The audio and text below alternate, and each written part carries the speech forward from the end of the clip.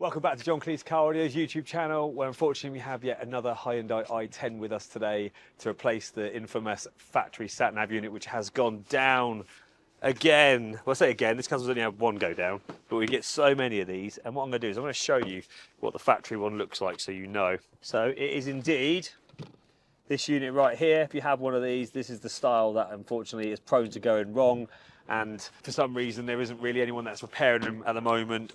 And replacing them off the shelf from companies like ourselves isn't that common because there's no easy, simple solution to do the job. So if this is our first video, then welcome to our channel. If you've seen other i10s that you know on our channel, sorry, you'll know that we have created a solution which really gives you exactly what you need without having to spend the money that Hyundai want to replace it. Because if you don't already know, they quote anywhere between, I've heard, £3,000 all the way up to £5,000 to replace these units, which is bonkers money for the system. So that's why we came up with a solution where we replace the dashboard to allow us to put a normal aftermarket 7-inch touchscreen in, just like what you see here. This is the Kenwood model.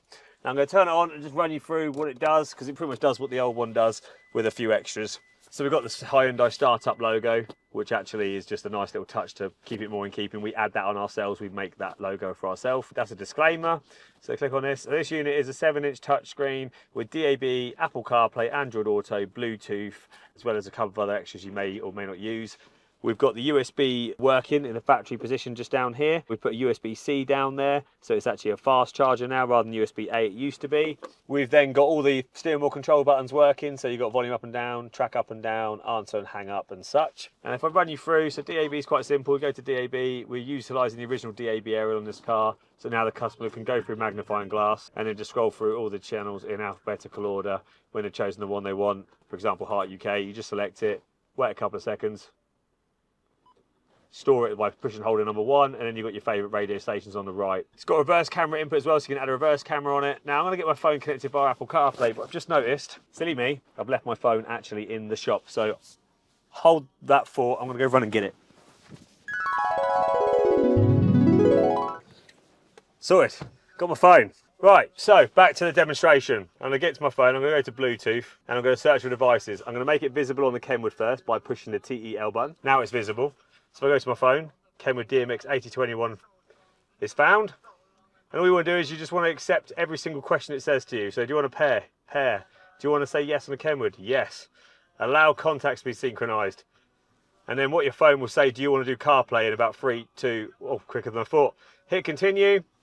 And then the unit will just say, do you want to do CarPlay? Well, of course we do. That's what we're doing this video for. And then we wait about 5 seconds. And it'll do its handshake from Bluetooth, switch over to Wi-Fi and give me Apple CarPlay on the screen, just like so. Customer might have had CarPlay on this before, because some of them do, I think, have CarPlay at standard, but this is now wireless CarPlay, so no having to get your phone plugged in. So now, if the customer didn't have access to before, they've now got access to Apple Maps, Google Maps, Waze navigation, and music streaming apps like YouTube Music, Spotify, Deezer, Apple Music, SoundCloud, all the apps you could possibly want. And if you go into there's no DAB coverage, you've also got handy apps like internet radio, like Radio Player and Rayo and such.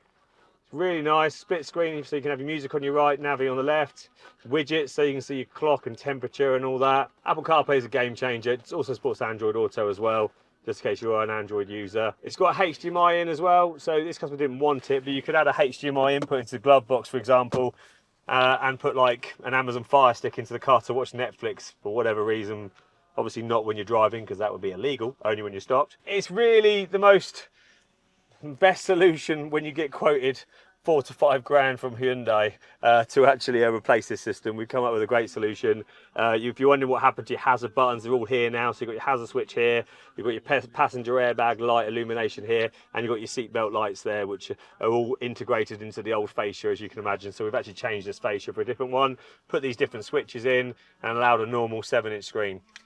Now, for a bit of extra peace of mind, the Kenwood doesn't come with 1, not 2, but 3-year warranty when supplied and fitted by a pro installer like ourselves, John Kleis Car Audio. And yeah, just peace of mind for 3 years really, because it's a good car, you know, but unfortunately they're not high enough value to warrant spending 5 grand on a new in-car entertainment system. So this is a good solution. If you like what you see, you know what to do, get in contact. This is Hyundai i10, this is Connor. We'll see you soon, John Kleis Car Audio signing out.